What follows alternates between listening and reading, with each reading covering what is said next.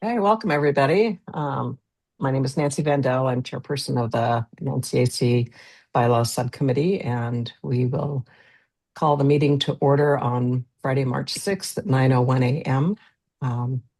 I have no conflicts. Could the members of the subcommittee please introduce themselves? Did you start recording? I did. Okay. Are you not seeing a sign of it? I see it. I just didn't look, Nancy. I'm sorry. Okay. It's Okay, a no problem. different color today. Okay. Interesting. It It said blends with the desktop. it said there was a Zoom update, so maybe it changed the color as part of its update. I don't know. That would be important, yes. Yeah. But thank you anyway, Wyatt, because as you know, that can be a problem for me. I have the agenda with everything highlighted and so thanks for keeping me honest. Hi, Michael. Hello. Hey, Michael. Hey. Hey, Tom. Hey, Michael. Where have you been? You've been sitting there for 2 weeks? Yeah, I've been sitting here for 2 weeks. So we were saying, I'm sorry, I'm just don't have any conflicts, so I can, now I'll shut up. Go ahead. We're Susan just Schomburg, introducing. no conflicts. Oh, sorry.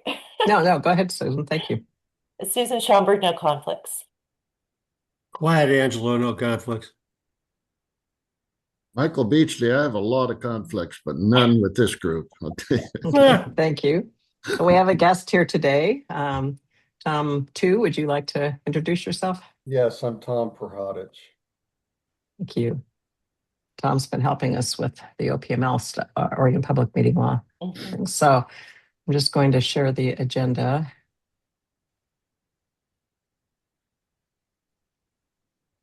I think. Okay, this is just ridiculous. There it is. Okay, I closed most of my items, so.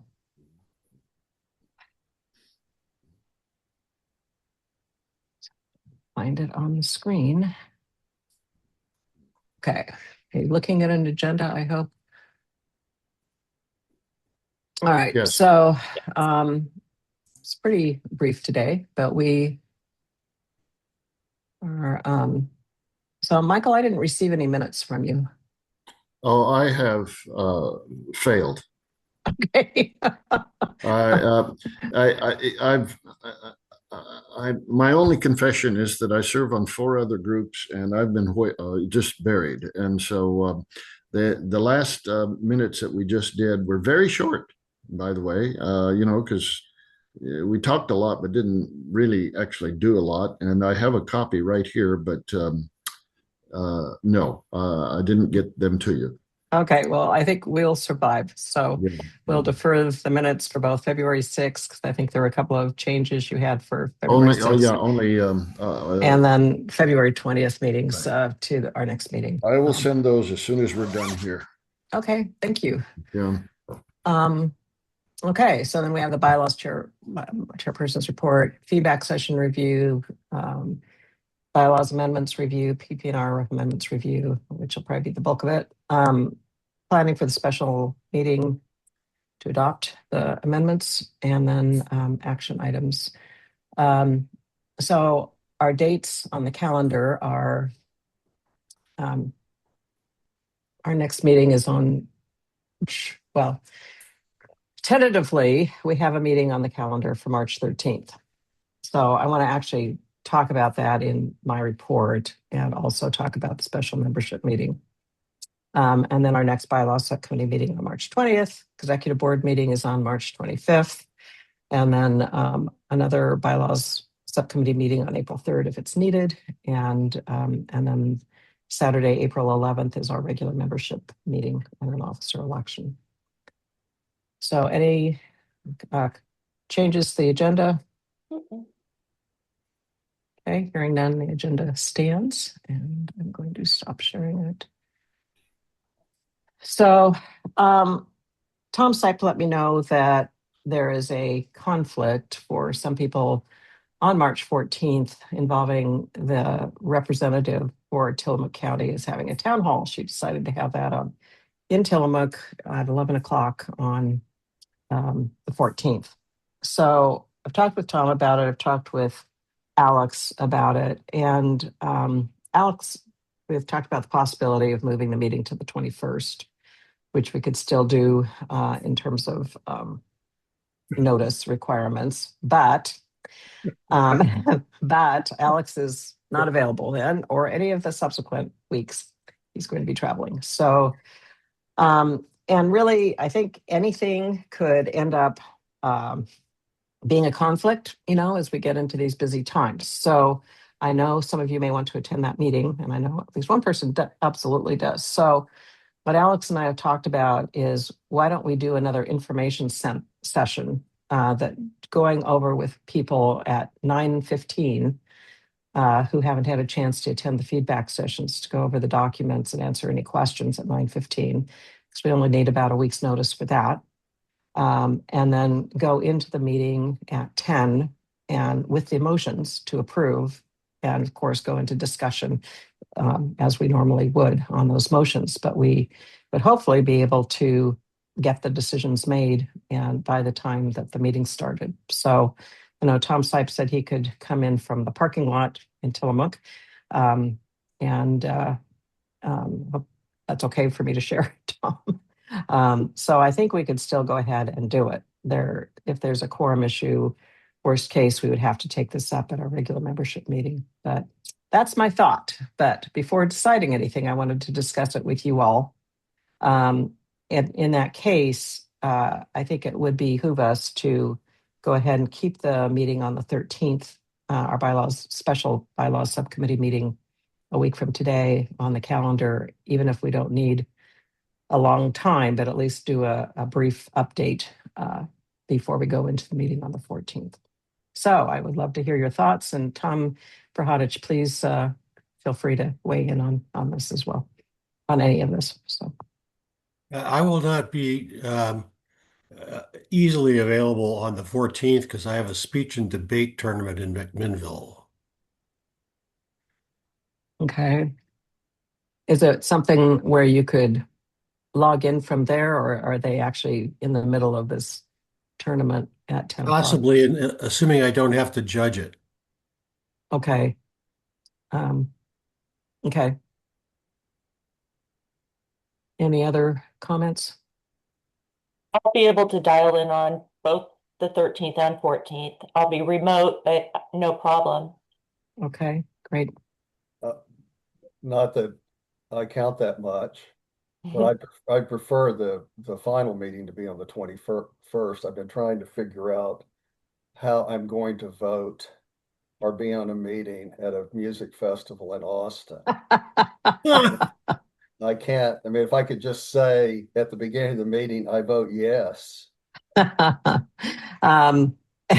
If we made it pretty quick, which I'm hoping, because we really, other than a few, minor updates, I think we've gotten pretty positive reviews and comments in the feedback sessions. So the problem is Alex wouldn't be there. And I think, it would be his meeting. So what are the rest of your schedules like on the 21st? I'm clear. I'm clear as well. I'm clear.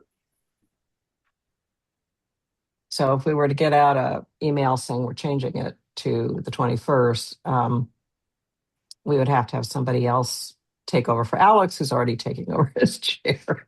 I guess it would be Chris as the only other officer would need to lead the meeting. Given the overwhelming participation in the reviews, I think it is feasible that we could perhaps do as you said, do a 9:15 review for anybody who's still interested, and then do an approval at 10. That seems to be the most palatable one. Well, none of those are good. So it's my thought. Okay. Do you think you could come in from the music festival at noon your time in Austin for a few minutes, Tom? Well, if the timing, sure, if the timing's right. I mean, I think the concern's always going to be having a quorum, Mhm.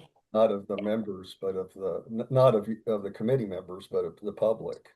Right. How many do we need? Need 15. Okay. Again, if everybody was available on the 21st, I'd prefer that, but that's just me. Looks like All right. Alex is the only one that's not available on the 21st. It does. I'd need to check with Chris and see if he would be able to take over on the 21st.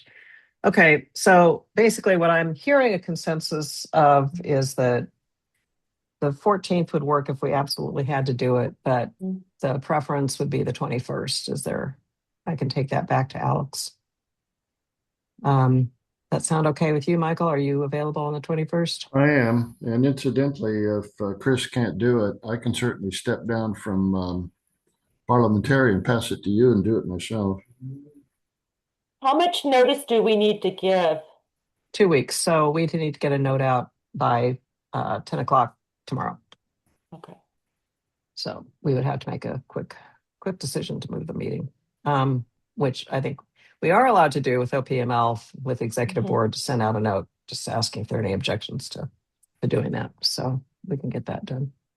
So I will follow up with Alex immediately following the meeting then. And in that case, I think we probably wouldn't need the meeting on the 13th. We could go ahead and have our regularly scheduled meeting on the 20th. Yeah. Unless, I don't see that we're going to have anything major between then and now, unless for some reason Sarah comes back and says, oh, whoa. So just in case, I don't think that will happen, but just in case, I'm going to go ahead and put the meeting on the calendar. There are no objections because we do need to have notice of that today through Candace, and then we can always cancel it. But so far, Sarah's been largely quite positive.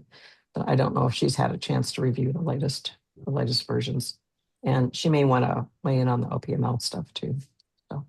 So if there's no objection, we will go ahead and schedule a special bylaws subcommittee meeting for the 13th. Hopefully, it will either be brief or we will cancel it, and then we will hopefully get concurrence from the executive board to schedule a special membership meeting for the 21st. And if not, we'll plan on having a briefing at 9:15 on the 14th, and then go into the meeting at 10, and hopefully have 2 quick motions. Does that sound okay to everybody? Yeah. Any objections to that? Okay. So that's basically my report. Kind of going into the next item was the feedback session. And, I think generally the comments were positive. We had the 2 sessions. We had one person on the first feedback session who was quite positive about it and quite interested, and could potentially be another bylaws subcommittee member at some point. But anyway, that was good. And then we had a few more participants in the second one and on Saturday. So I think we had a few items that I put into an email out to you guys on the 26th about some of the changes that we were suggesting, and we'll go through those in the bylaws meeting. I just resent that email to Tom because I thought I saw that there were a couple of things that still needed to be put into the draft, and I hadn't noticed earlier, which I apologize for, but they're fairly simple. So I think that's it for. Does anyone have any comments on the feedback session review? Okay, I think it went well. So bylaws amendments review. I put a new version of the amended bylaws in the documents folder, and it was basically to actually put in the document itself that this is proposed amendments. So I'll go ahead and just share that. I also corrected some page spacing issues because of the additional wording created some spacing issues. That's because you use paragraph line returns instead of. I know. Yeah, fine. I need you to take over. But anyway, I did correct it. So it's now looks a little better. And I put in at the top, proposed amendments in green, and I put down in the footer with proposed amendments, so it doesn't look like the official copy.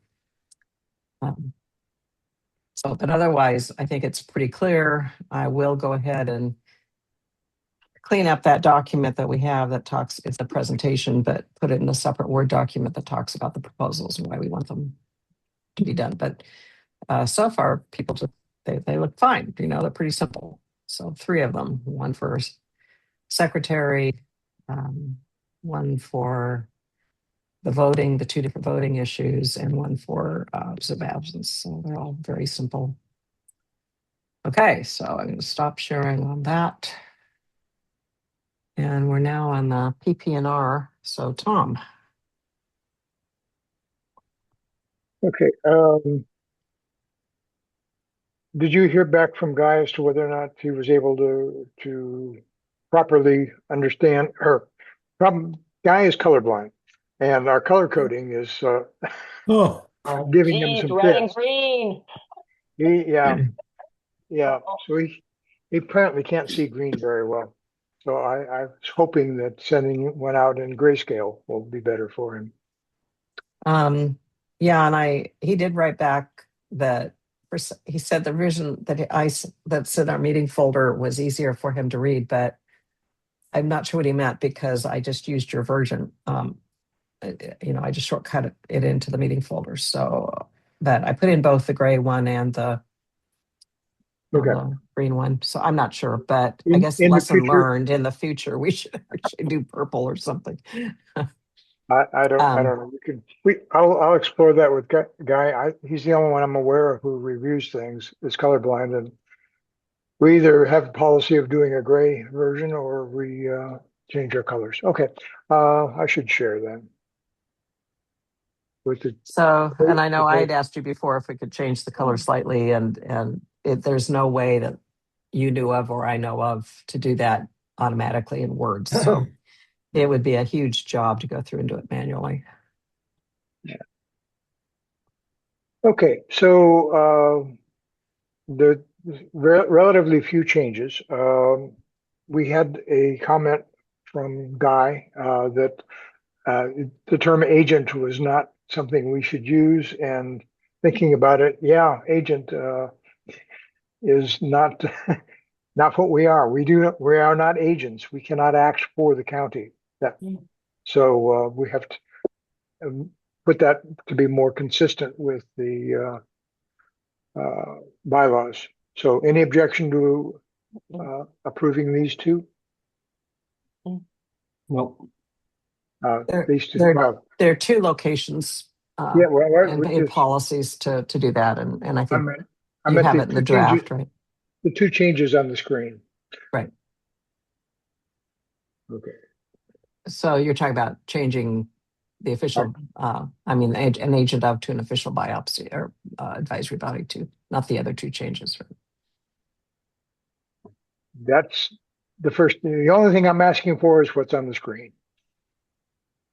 Okay, so down in the next paragraph on the screen is rewording policy 21 under reconsiderations and rescissions to take out the red line.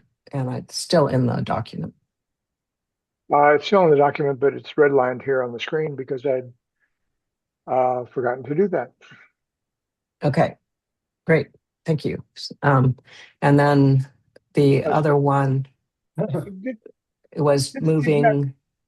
Let's not get ahead. Let's just do them one at a time. Good. Well, that's why you said I see policy 20 in blue too. I'm confused as well because I can see half of policy 20 regarding quorum. Is that something we're being asked also to approve? About being more of a procedure? Right. That's the last one. Okay. So fearless leader, what do you want to do? You tell me. So what I'd like to do is suggest that, we can do it step by step. I was just confused by you're saying what's on the screen is what we're talking about. And we have a number of things on the screen here. Okay. So there are 3. One is the quorum, moving quorum from policy to a procedure. That needs to be done, I think. That's what we're recommending. and which I thought we'd agreed on. And We then, did, I forgot. okay, and then you're allowed. And then the other one was taking out that one clause out of policy 21. And other than that, I think And we're, can and I, then and OPML is the other last one can I that I'm ask sure we'll talk about. Can I ask about the thinking on the policy 21 red line? We can't do anything. Basically, the thinking is that the original action the original action is going to be a county action. I'm And talking so- about, excuse me, I'm talking about the reconsiderations and rescissions. Yes, Go ahead. it's on the screen. Yeah. Are you talking about the red line or something Yeah. else? Yeah. The red line. Yeah. What was the thinking behind dropping that? The thing is that an original action resulting in a legal document or agreement, such as a signed contract, is all county business. So that's redundant with if the county has taken action. Okay. What he's saying is that we would be making any kind of an We agreement as yeah. an NCAC that would result in any kind of a legal document. It would all be under the county. And so there was an objection raised. I can't remember now if it was at our last bylaws subcommittee meeting or if it was at a feedback session. But anyway, it was pointed out that it would be better to just take that clause out. And then it's still there. Such rescission is not permitted if the county has taken action on the matter. Well, but that limits it to the county. And you know, my thinking that any decision we make could potentially be involved in a member or a resident of Nesco taking action as a result of that decision, whatever that action may be, and puts them in some kind of jeopardy if we go back and try to do some rescission. So I was trying to make it inclusive rather than, limited. But so it wouldn't be, what you're saying, Michael, is that it wouldn't be a legal document that the NCAC had agreed on. It was something that a member might take as a result of a decision anybody. made. That's why I just said resulted in some Mhm. action outside. Yeah, and that's really what my thinking was. Yeah. And I can imagine that such. I can't offhand just tell you what that might be, but it's a potential, and I'm just was trying to be inclusive on that. Incidentally, that wording is recommended through Robert's rules, so that's why I included it in there. But I, you know, I was just curious. These are, was this policy or procedure? No, this is policy, isn't it? It is. Yeah. Okay, but you know, policies can be changed. That's all right. I'm Okay. just sharing with you why I put that in there. Mhm. So what do you all think here?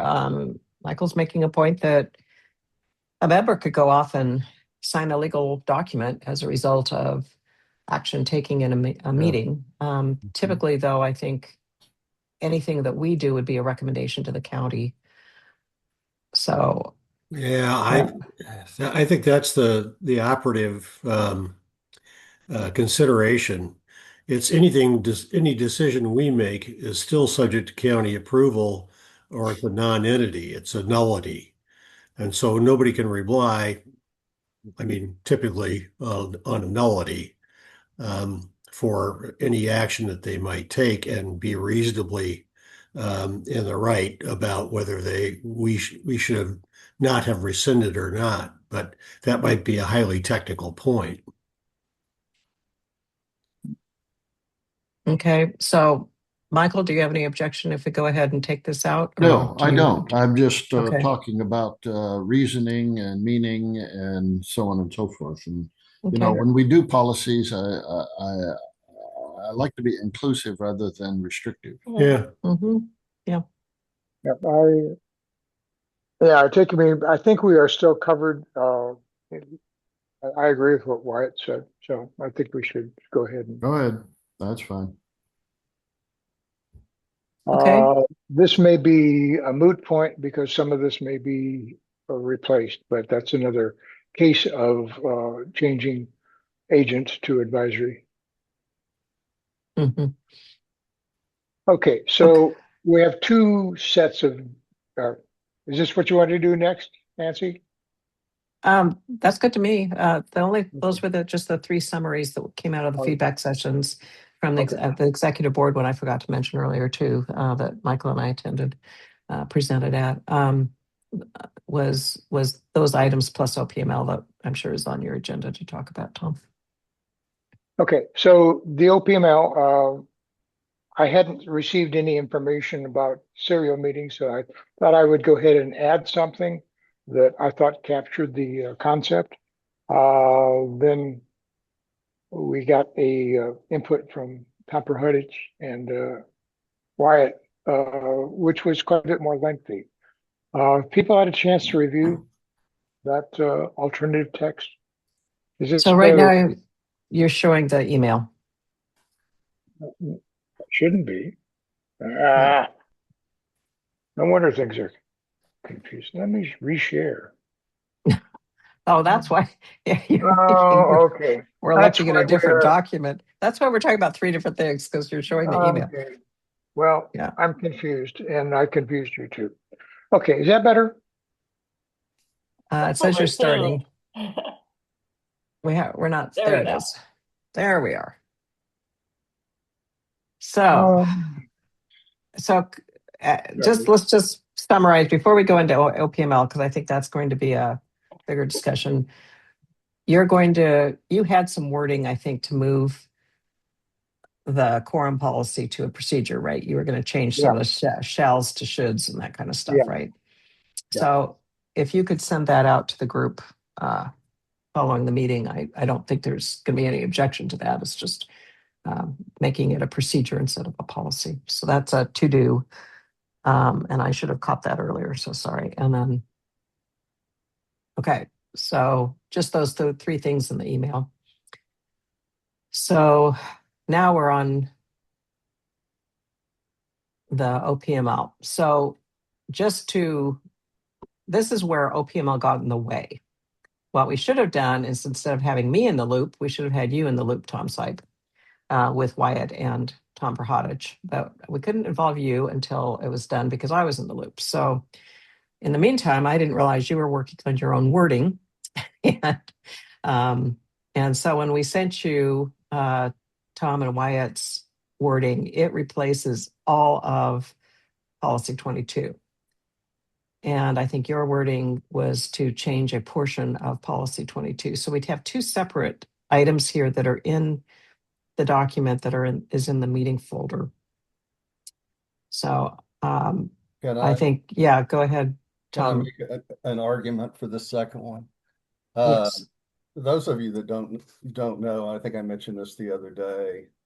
I'm a commissioner on the board of the water district, and as this is often the case, another commissioner on the water district, Guy Sievert, who you've interacted with on other things, brought up to us the controversies related to Oregon public meeting laws that have been going on for the last 3 years, including, most importantly, what serial communications mean. And just to give you a little bit of background, and this is actually going to be a caveat to what I largely wrote. The legislature in 2023 passed legislation about what is a serial communication, in order to try to make it very clear that deliberations and decision making of governing bodies be open and public, and that officers of governing bodies not be making decisions or deliberating behind the scenes and back channeling. What's happened since, and this is actually prompted by, there's one part of this I've now cut out. This is prompted by Guy the other night, by the way, listening to music and not talking about our water district stuff. But I mentioned that I had been working a little bit on the Oregon Public Meeting Law policy of the NCAC and the issue on serial communications.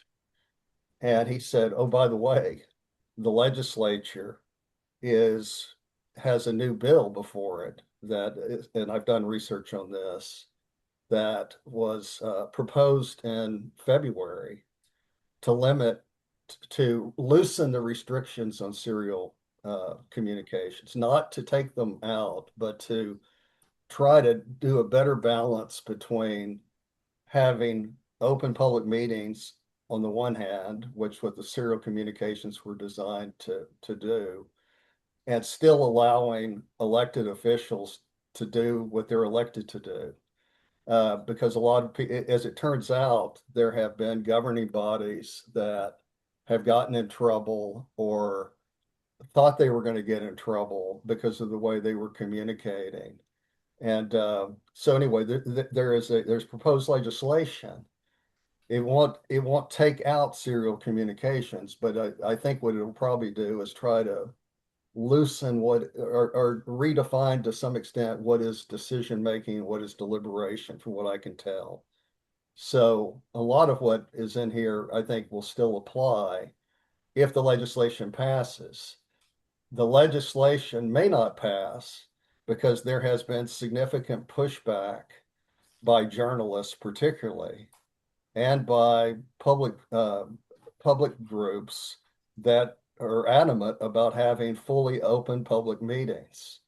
And so as I said, this came up in the Water District about a year ago, and we've been communicating. I think we've generally always followed the rule, most of us, but one of the problems is that we have staff, and staff could be used as an intermediary to make communications between the board. And now it's, and those of us that know how this is supposed to work have not done that, but there may have been some, well, I'm not going any further. I mean, we have staff, and so it's Troy Trude is the manager. He's not an officer of the governing body. And so he could call individual members and then communicate to other individual members what the ones he first called think and how they're likely to decide and how they're deliberating. And he doesn't do that because the key to the whole thing is whether you have a quorum, which is something that was left out of the original version of this that we saw. If you got 5 members and 2 of them are communicating about decision making and deliberations, they can do that. They can have private communications that passes muster. So one of the things that I thought if you're going to have an OPML section, it needs to be absolutely clear as to what this is my position, as to what governing bodies can do in terms of decision making and deliberations and what they can't do. And so most of the addition that some of the language is still Wyatt's language, but most of the addition was to make that clear, particularly about serial communications, and that the test is that you can't have a quorum back channeling or behind the scenes making decisions or discussing alternatives, etc. And that there are exemptions, as Wyatt laid out. I added to that the Oregon statute. I think it's 192.066, or whatever it is, which actually states the statutory exemptions, most of which do not apply, but one of which does, which is a governing body can always go into executive session outside a public meeting on legal matters. And Nancy said something the other day that triggered, and I don't think it's likely to in my mind, I don't think it's likely to happen, but it might happen, where you're subpoenaed, for some reason, someone wants to know what you've been doing behind the scenes, and your emails and texts are subpoenaed. And in that instance, you would want to have legal counsel to tell you what you were responsible for doing in discovery. And I'm saying this as a litigator because that's the way it would pan out. Or there may be other instances where you'd need legal advice. And so in those instances, you can go into executive session, and there are special rules on executive session. That's the one statutory provision I think that would apply. OPML does not restrict non-substantive discussions like setting of agendas and meetings, but it goes pretty far in restricting substantive discussions. One of my concerns about the original version, it's still in this new version, is, there are a few actually, but I'll just mention two. The conduct of a meeting, that's not really an OPML consideration. It's a good policy. The chairperson shall remind all persons attending a meeting the requirements for decorum, respect, and order as needed. You probably ought to add that, or you might add that at some point to what a chairperson does, even though I think that probably happens anyway. But that's not really an OPML consideration, nor is and so I took that out. The outside communications is not an OPML consideration too, but I think still fits, because what you're basically saying in the penultimate paragraph is here is when, here is what you can't do, and here are the exemptions, and here is when board members can talk to one another, and the public who are not officers can always interact, and they can interact with their representatives. I mean, that's just a basic democratic principle. They can, however, be used as an intermediary between board members to try to come to a decision. And by the way, that's not just between meetings, that's at meetings. I mean, given the possibility of texting, and this has actually come up, where members are texting, officers are texting each other during a meeting about their deliberations and decision making, and getting to the point of a quorum without that being a public discussion. And so it's not just between meetings, it's during the meetings itself. So between White and I, we came up with this second version, which the one thing that I would take out is the second paragraph. And I agree with Tom that well, first of all, I would take out the paragraph that says pursuant to OPML deliberations, this is what is decision making, because it's better just to say at this point that deliberations decision making has to be public, because we don't know. I think what's going to happen is that if the legislation passes that's now before the Oregon legislature, they're going to slightly change and loosen what decision making means and what deliberation means. So you don't have to revisit this. That's a current statement of the law. But so that you don't have to revisit this in 6 months or a year, I would take that out and just leave it, you can't deliberate, you can't make decisions, and we'll look to whatever the current ethics opinion or whatever the current law is to determine what that is. And then I agree with Tom that the paragraph beginning the principal objective should follow the first paragraph, then go to exemptions, then go to when officers can still communicate and when public members can communicate, and then go to the last paragraph is the part that White had in there, which I think is not necessarily OPML, but I think it supports OPML, and it's certainly not offensive to it, that if if officers, or I mean, your all's case, you're both officers or members, so we'll just talk about officers and members. If officers or members are getting communications during the meeting from whomever, it's strongly advised that, and I think that's all you can say, is that they should communicate that or disclose that to everybody else at the meeting before public comment and a vote. I think I don't think it can be a shall. We talked about this the other day, but I think it could be a should and should be a should.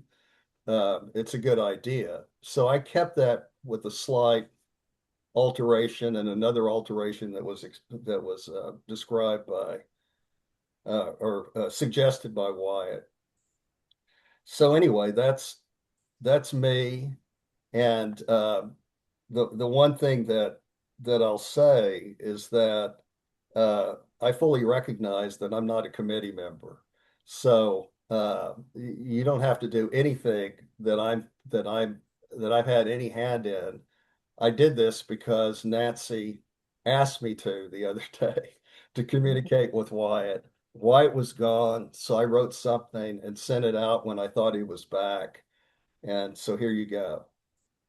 Yeah, thank you, Tom. I've got a couple of questions because I'm sure Tom Syke would like to weigh in on Wyatt too, but just a couple of clarifying questions. I had understood from Sarah when we started out almost 3 years ago on the subcommittee that we might have to that we should be recording any communications with our NCAC members about substantive things regarding, say, changes to the bylaws or whatever. And so we actually had created a file to put emails in. And what I'm hearing you say is that we don't need to do that. If we have communications back and forth, that's not really part of OPML. We don't need to keep a file like that. So that's one question. Well, the problem with the law is the problem with any law that's in its first iteration is that there are a lot of gray areas. I think the problem is you probably, at least the NCAC officers, they go out into the world, and this may be true of you too, although I think it's well, that's my second question. As we understand from Sarah, that all of us as subcommittee members are considered advisory and under OPML. And so we have to operate in that way as a subcommittee. Task force members do not, but subcommittees members do. Yeah. One of the things that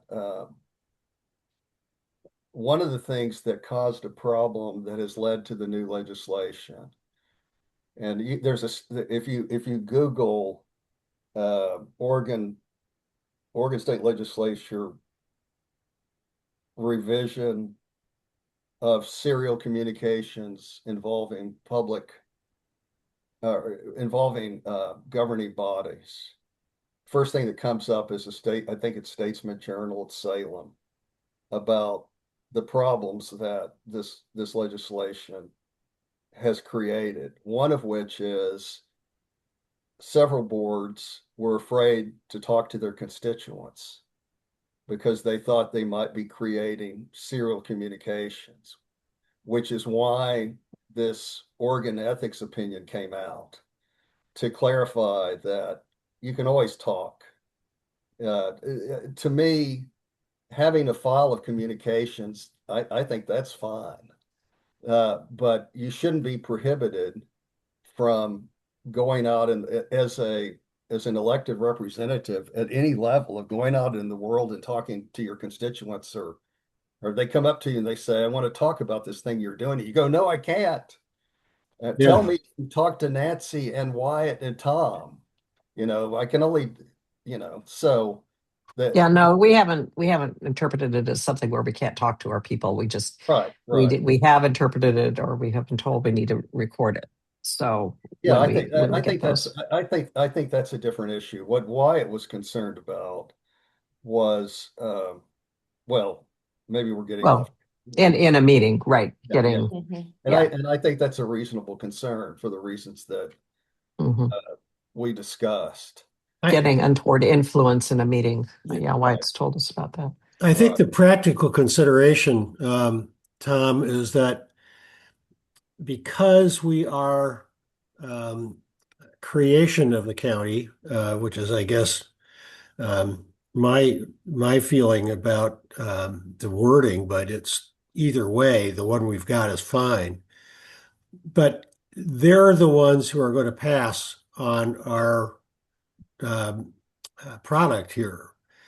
And I think, unfortunately, or fortunately, depending on how you look at it, the idea that we would do something different than the county has advised us to do could create problems down the road. The other thing I will say, and Nancy has, I think, wisely led us into the creation of the file for correspondence, that when we get a subpoena, or if that ever happens, God forbid, that it's there. And so we don't have to individually go back through our own emails to produce them. It is in the file. We just say, here's the file. Right. That's a practical consideration for responding to subpoenas to me. Yeah. No, to me, that's a different issue. I mean, Yeah.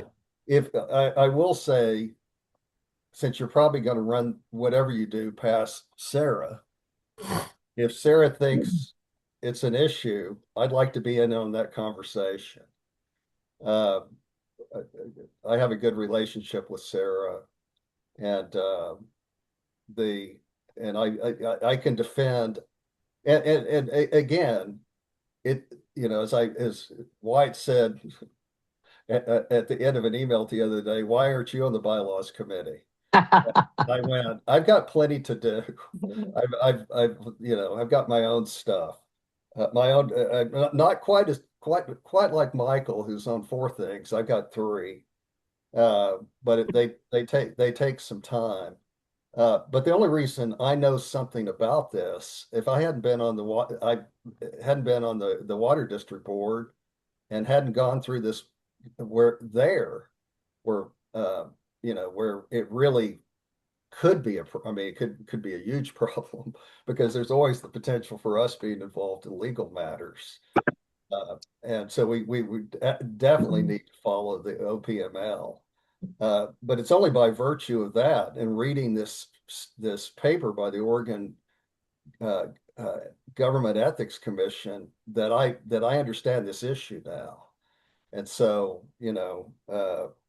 well, and I do think that that's something that it's helpful to expand on in our policy about just generally about what OPML includes. But at this point, Tom Sipe, what do you think about in terms of the document at this point, if we take out that paragraph that Tom Prahodich said he wanted to take out, and then moved the one paragraph that you suggested moving, what do you think at that point? I think some of the language is a little bit lawyerish. And not Surprise. I'm shocked. Yeah. Given that I would have some amount of editorial thing, yeah. I'm not a lawyer. To me, the other thing was sufficient. This is, to me, overkill, but better overkill than underkill. Yeah, I guess my response to that again is that this is such a hot issue now that you need to be able to, I think you really need a statement of when, under the law, you can deliberate and make decisions, and what the exceptions to that are, and when officers and members of committees or governing bodies can talk to one another, and when the public can talk to you. And I really do think it's imperative. I have no problem with, White's a lawyer, I'm a lawyer. I have no problem with editing. So why don't we just right now, if Can there are no I objections, Mhm. take out that one paragraph? Can I suggest something? Yes, please, Michael. What does it help to move this into references rather than policies, so that the information is there if somebody wants to read it and get some background or some detail on the issue? I'm gonna, my non-lawyerness is gonna say, this is a CYA for the county. They're gonna want it in a policy. The result of this, putting this in the policy, is that if this gets violated, it's an individual violating the rules of the road. They are individually liable as opposed to being the body liable. You lawyers, is that a reasonable interpretation? Yeah, beyond that, I don't know how often this has happened, but there is $1,000 fine from being found to have violated Oregon public meeting law. And it's not something that I think it's very unlikely that an intermediary who's a public member and not an officer or a member of a committee or subcommittee is going to be found to have violated the the statute. But to the extent that officers or members are using that person to get around the quorum requirement, they're violating the statute. And I think it's protection. It's really protection for officers and members that they know precisely. And by the way, you all aren't always going to be here. I mean, one of the things, some of you are young, but as one of the things that's happened in Nescoin is that a lot of our committees and special districts are run by volunteers who are septa and octogenarians. And, whatever your common understanding is of what a rule like this, which I think is very, very important, that information does not necessarily transfer to the next committee or subcommittee or governing body. So I really do think it needs to be more developed and clear. You don't, somebody in the future that I mean, it's at the end of the ethics opinion. If you see it, I think it's what does it say? It says, engaging in prohibited serial communications violates the public meeting laws. The committee could impose sanctions against any governing body member found to have participated in the prohibited serial communications. The sanctions range from a letter of education to a civil penalty in amount of $1,000 per violation. And so, this is serious. And this is one of the reasons that it's such a heated issue now, apparently. Yeah. But I confess that I tell people all the time, everybody needs an editor. Everybody needs multiple editors. I take no pride of authorship. Tom is a good editor. Go at it. I'd like to see it. But I trust you. So I would like to suggest here that we do a couple of things. One is to take out the paragraph that's currently highlighted there, move the one that everybody seems to agree should be moved, and then let Tom Site have at it and send it out to the committee. So if anybody has any concerns about, including Tom Prohodich, Wyatt, obviously. So maybe if the three of you, because you all are able to legally work on this, could come up with wording that the three of you agree on, meaning the three of you, Tom Stipe, Tom Prohodich, and Wyatt, and send that out to us as information, I think we can accept that. Would there be any objection to that plan? Not a bit. I have an objection. You moved the paragraph in the wrong place. Did I? No, yeah, the principal objective should come after the what's now the second paragraph. Yes, okay, yeah. Yeah, and there are things like however, I mean, they're words that I would now take out, but So, in terms of the plan, is there any objection to the plan of Wyatt, Tom, and Tom coming up with wording for this paragraph? No, I think it's a valuable approach, frankly. Okay, so I would like to also ask you to make it clear, and it may be somewhere, but that by governing bodies for the NCAC, that means the executive board and all subcommittee members. Because I think otherwise that's not necessarily clear what a definition of a governing body is. Isn't the executive board a committee of the NCAC? Yes. A subcommittee of the NCAC? No, it's a different thing. It's an executive board is its own entity. It's not a subcommittee. Okay. It's Article 6, I believe. It's its own entity. But members, subcommittee members? Yes. Uh-huh. You could, yeah. So that's the definition of Governing bodies or Yeah. governing members of governing bodies. Yeah, Or you could, all you'd have to do is include its executive board of its, which includes. let's not edit here. right. You're just making a note of what needs to I'm go just in. making note. Yeah, I appreciate that because I think there's otherwise it's just not clear. I thought about that when I wrote it. I just assumed it was a subcommittee, but if it's not, it's not. No, it's not. It's its own entity. Okay. And there can be confusion even among executive board members. We found when we did the executive board feedback session that executive board members are not just the officers, and they're also subcommittee and task force chair persons. So Okay. So I'm going to take. I just did something I didn't want to do.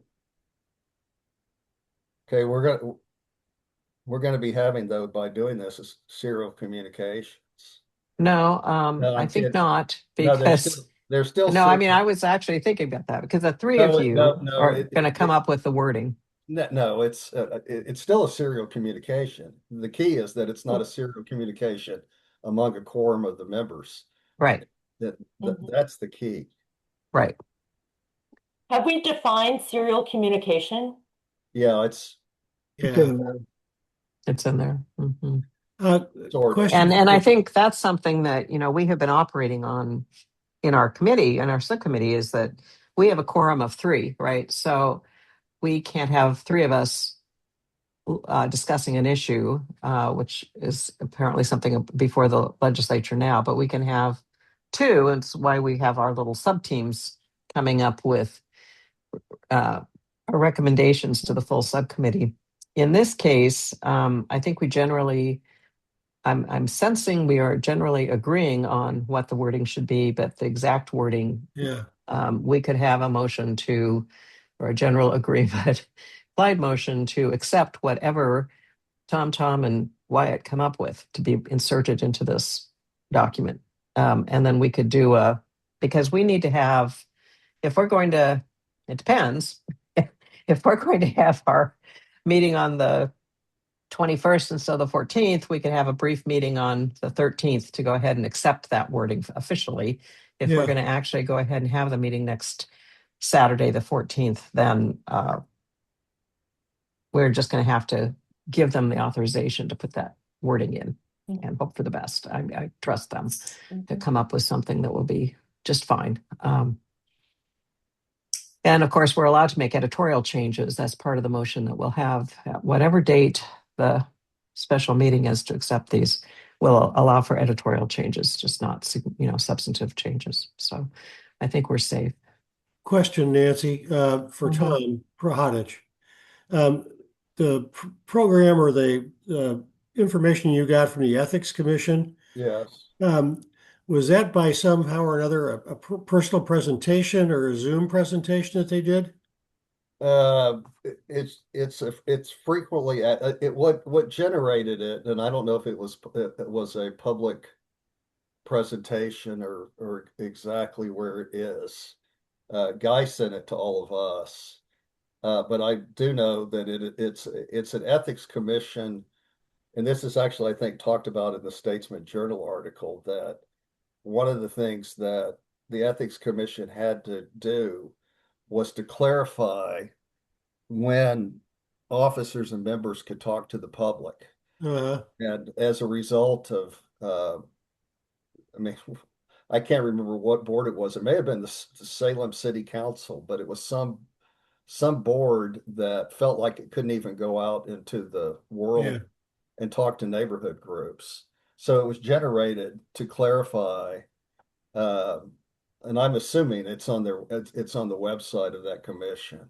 Well, I'm just thinking that as a reference to be added possibly down the road, if there is some kind of an official thing, we can add that to our references section as well. And I'll follow up on that. Okay. And I think this is good enough, but that it's official and formal is worth looking into. Yeah, I like that Q&A document that you sent. It's in the meeting folder for today also. It is fairly lengthy. Yeah, it gets into. If it's going to change, links are dangerous to put in the document. We've done that somewhat for the conflict of interest information, where we have information pointed to the Oregon Ethics Commission, but it can be confusing enough. But I think you're trying to capture it here. And I wonder if we could add in here so we wouldn't have to add something in the references section for more information, consult the Oregon Ethics Commission or something like that. Yeah. Yeah, I'll look at when we get off, I'll look at that too. Okay. Yeah. Yeah. If we give the parameters for a search as opposed to a specific link, we're less vulnerable to change. Yeah. Right. Yeah, I was just looking at this again. I mean, it gives you like 8 or 9, 10 examples of issues that come up and can prohibited serial communications occur during a public meeting? Yes. During a public meeting, if members of the governing body communicate with each other via text message, group chat, email, or even handwritten notes, and those communications involve matter within the governing body's jurisdiction, and are for the, it goes on. Mm-hmm. Yeah, it's a really great document. Yeah. It would be interesting if the legislature actually followed these rules. Yeah. Well, I was thinking about that. There must be some I mean, the United States Senate and the United States House of Representatives, both parties have their own caucuses. One party they're closed. Yeah, they're closed, and one party by definition is always going to be in the majority and therefore a quorum. And and I'm sure the same is true of the state legislature. So I don't know. Well, and it may be different. Quorum may be different for a legislature too. It may not be the majority, right? So, but the caucuses. The caucuses, right? So, as a political scientist, I say former. I'm still one. I should know the answer to that, but I think Nancy's right. But basically, I think one of the things that your write-up helped both Tom Sipe and me with is the issue of quorum. Like for the executive board, where I think we've got 7 members, quorum would be 4. You could still have 3 people on the executive board discussing something. Right. And for some reason, 2 was just kind of sticking in my mind. And I think just because our bylaws subcommittee quorum is 3. So yeah, it's kind of an interesting concept. So to wrap this up. Could I make an observation, please? You go right ahead, Michael. Thank you. We've created or in the process of creating a very complex document that has built into it certain expectations and therefore requirements that brush up against legal responsibilities. And we have an organization that's made up primarily of volunteers. And so the substance of all of this that we've created creates also an expectation that there is going to be a very complex and deep set of preparations and trainings for people to understand what the heck this is and what their requirements are. And that troubles me because not only is that difficult to do, maybe even prohibitive to do in a volunteer organization, but it's going to turn people away. And why would I want to participate in this overwhelming task of understanding the complexities of what it is that I'm stepping into? I just want to be part of the decision making of my community.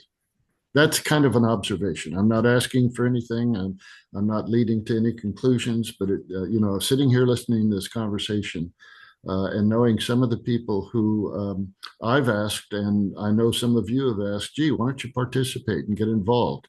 They're going to be overwhelmed by this stuff. And that troubles me. And I don't know how to respond to it, to tell you the truth. That's just an observation, period. Well, that's why you have a parliamentarian. Well, yeah. Okay, I resign. No, we value your expertise tremendously, Well, Michael, on this. And I I do think you make a cogent point.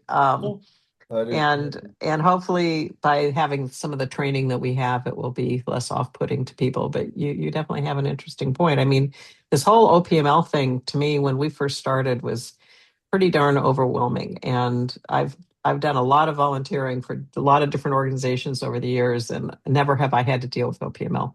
I understand the reasons for it. I think it's an important concept to have for public governing bodies.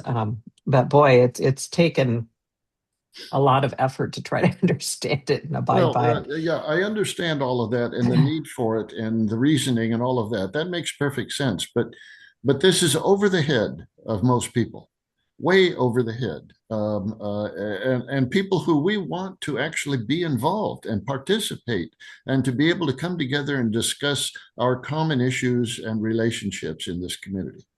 Yeah, and that's kind of why we're doing this whole document, to give them that kind of support, because Nancy, before there I'm wasn't. going to have to go. Yeah.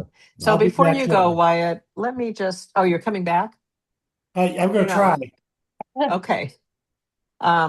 So one other thing, that one paragraph that Tom Perhadich, you pointed out, doesn't really belong under OPML. We need to stick it somewhere because we need to have some. Pardon me. It's stuck. Stuck somewhere else. You've already found a place to move it, Tom. I think you put it under chairperson.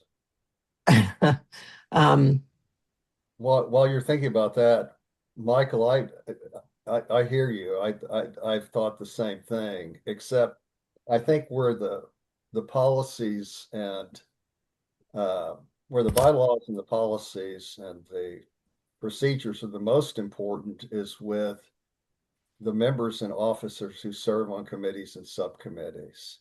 And so when I say that's why you have a parliamentarian, and thankfully we have you, and hopefully you'll be the parliamentarian for the next 50 years. Because yes. You can, during a meeting, if a public member, tries to do something that can't be done, all you have to do is to say, well, under our policies, our procedures, our bylaws, this is not the way to go about it. This is the way to go about it. But I don't think all public members are going to read these things. No. But it's helpful to have a parliamentarian for that. Yeah, it is. And my personal policy about being a parliamentarian is that it's an advisory position. It's not a policeman. Our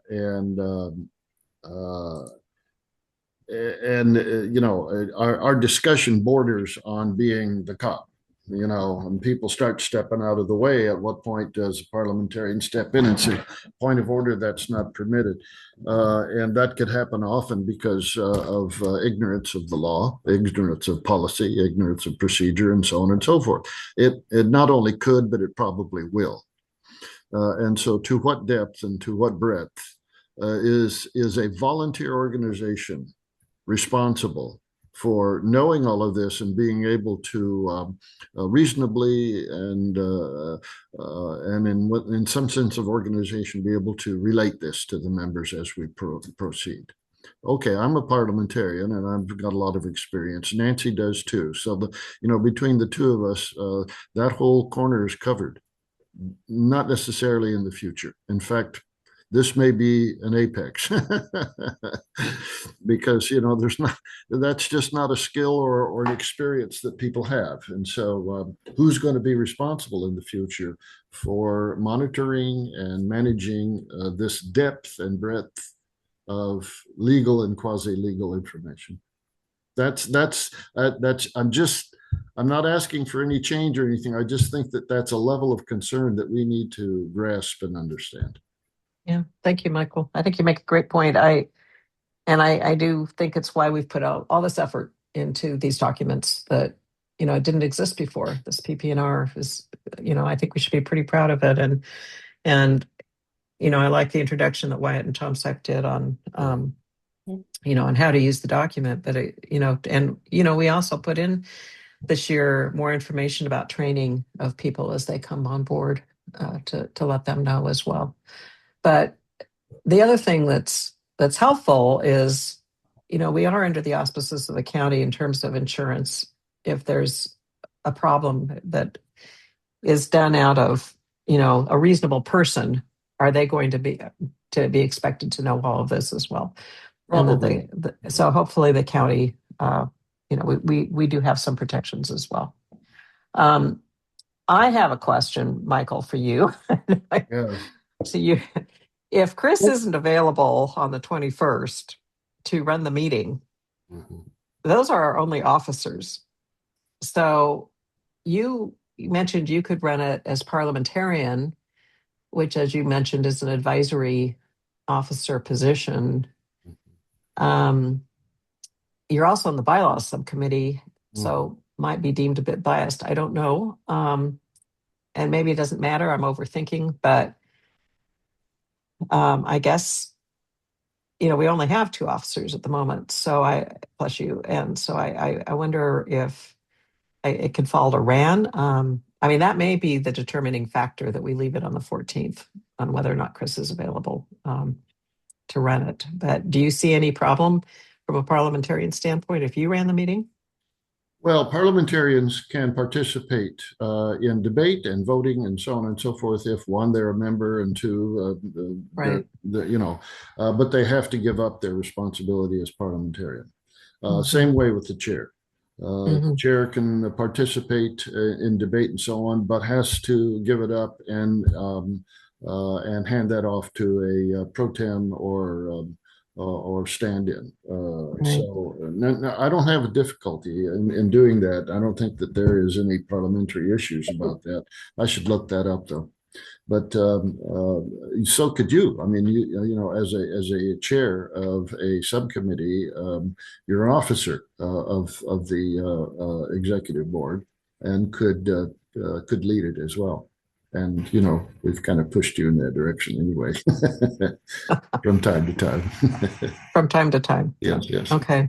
Either one right. is fine with me. Well, I'm hopefully just Chris will tossing be up there. Possibilities, and we'll see. We'll see. Okay. So otherwise, thank you. I've kind of gotten us off track. Tom Seip just left. Hopefully he's coming back. I'm gonna have to go. Tom Prohodich, thank you so much for all your work on this. I think it's added a huge amount of value, and hopefully you and Wyatt and Tom Seip can come up with wording you all agree on.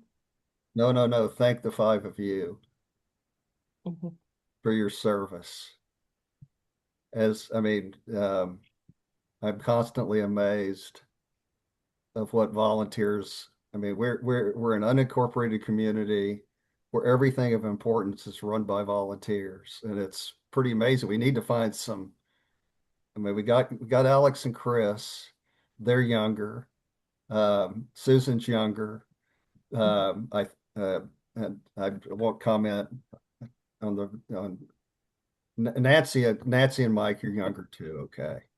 Well, we're in the septuagenarian world too. So I'm 80. I'm 80. So, I'm that octogenarian dude that everybody wonders. I constantly, I wouldn't say constantly, but I worry about who this gets handed off to. Yeah, we need to think about that. Anyway, thank you. But I do appreciate your work on this, and hopefully Tom Sipe texted me that his internet went down, so that's why he is no longer here. Oh my. It's still going. That's odd. So bye. Bye. Thank you so much, Tom. Tom, thank you all. And we'll look forward to your final wording here. Bye. Okay, bye. Wow. So at this point, hopefully Tom's internet comes back. And Wyatt had to take off for something here. Hopefully he'll be back shortly. But I will immediately check with Alex and Chris about moving it to the 21st. But otherwise, I think we're going to have to keep it on the 14th and just have that session at 9:15,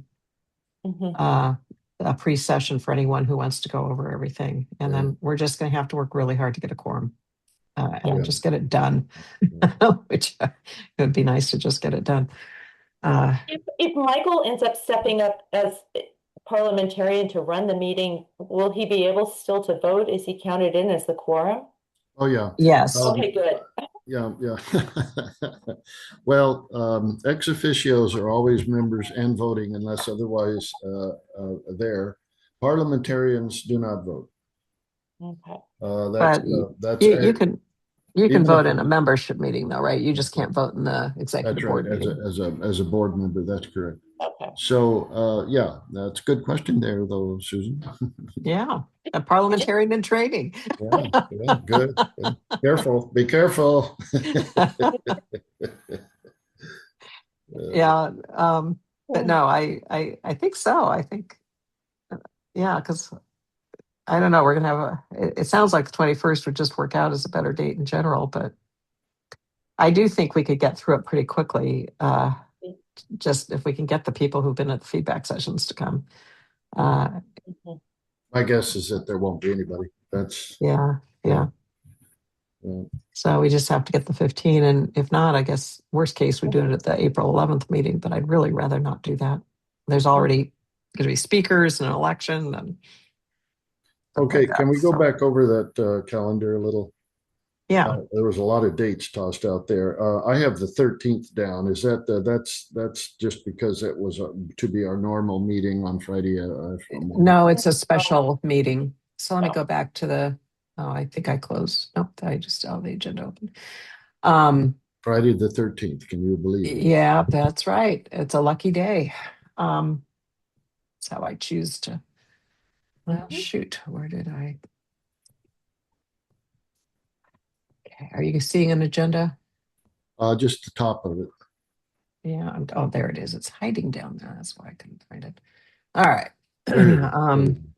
Okay, there. So 13th special meeting tentative. Okay, gotcha. It's if needed, but I would like to have us keep it. Okay. I'm going to have Candace notice it.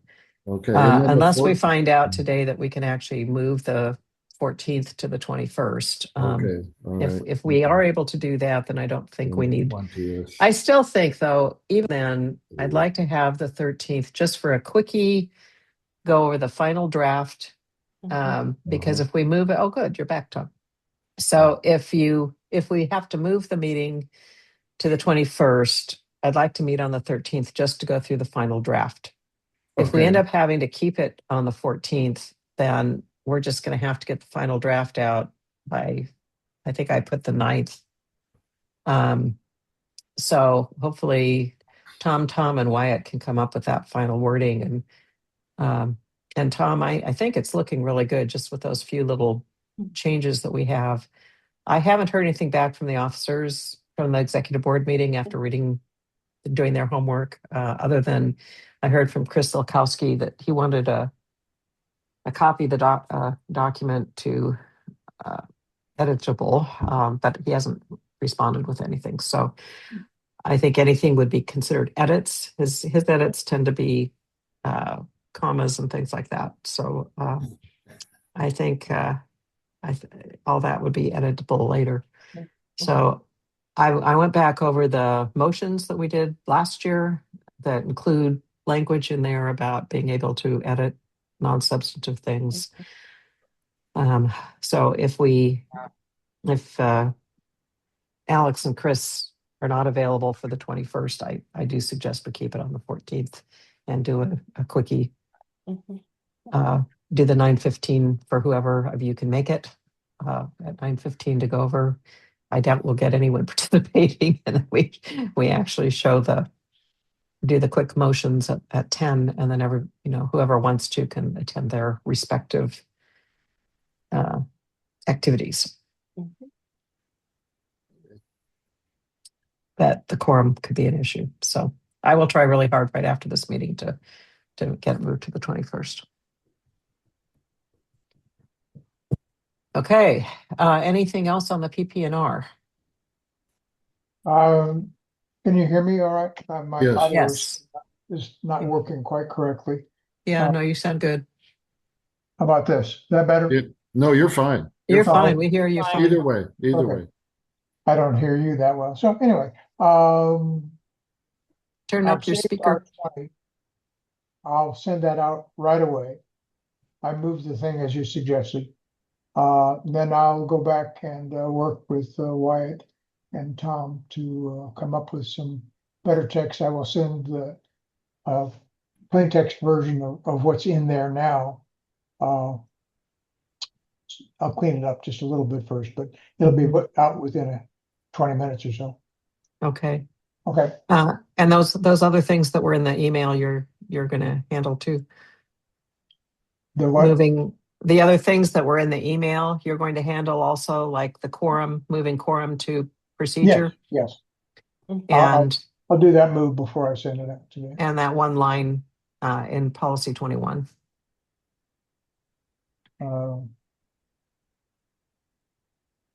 Yeah, the deletion.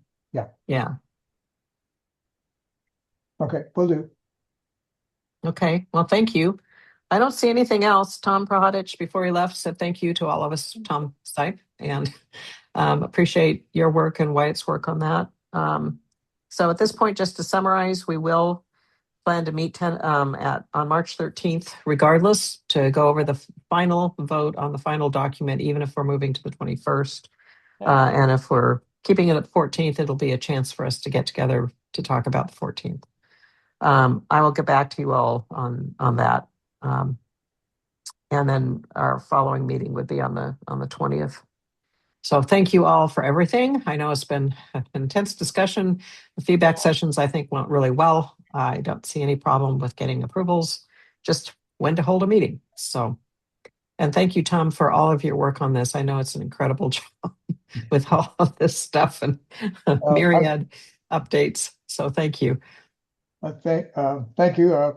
I'm running farther and farther behind. I have even more things to do than 4. So okay, so why don't you and 1 second, Susan.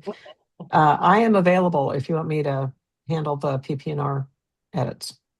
I'll have you give it a quick look before I send it out. Okay. Make sure I haven't forgotten anything. Okay, that sounds good. But just yell, because I do know you're dealing with a whole bunch of stuff. So yell if you want me to take over anything. I'm happy to. Okay. Well, I'll let you know whether or not I'm going to do that. Just depends on how things work out. Okay, sounds good. Susan? I just had a quick question about, I know I missed the last executive board meeting, and I know at the general meeting that Alex had appointed Jeff Walton to be on the Tillamook County roads.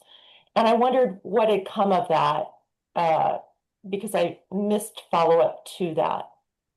I think he ended up, because of objections that were made in the meeting, he ended up not appointing him and deferring that. And you and I can talk offline. Okay. And the April 8th thing is still happening with the Tillamook roads? Yes. Okay. Yes. We did get confirmation apparently that they weren't going to be involving anybody right now. It wasn't urgent Okay. to get somebody on. So, which was the opposite of what we had originally heard. So, Yeah, that's what I Yeah. was just curious if something had happened that way, because the meeting being in almost a month, a little over a month, I just didn't know if we had a rep. yeah, we actually didn't even talk about it at the executive board meeting. So we kind of went into the bylaws feedback session. Okay. So that would have been a good thing to talk about. Okay, any other questions, comments? All right, thank you all for everything. Meeting adjourned at 10:26 a.m. and we'll look forward to 3 sets of minutes, Michael, for the Yes. next meeting. Yeah. Okay. This was not recorded, this meeting, was it? It was. Oh, It's do you still- have it? Oh, good. Okay. 'Cause I Yeah, was just yeah. typing And I'm it. gonna stop recording right now. Okay. Okay. Good.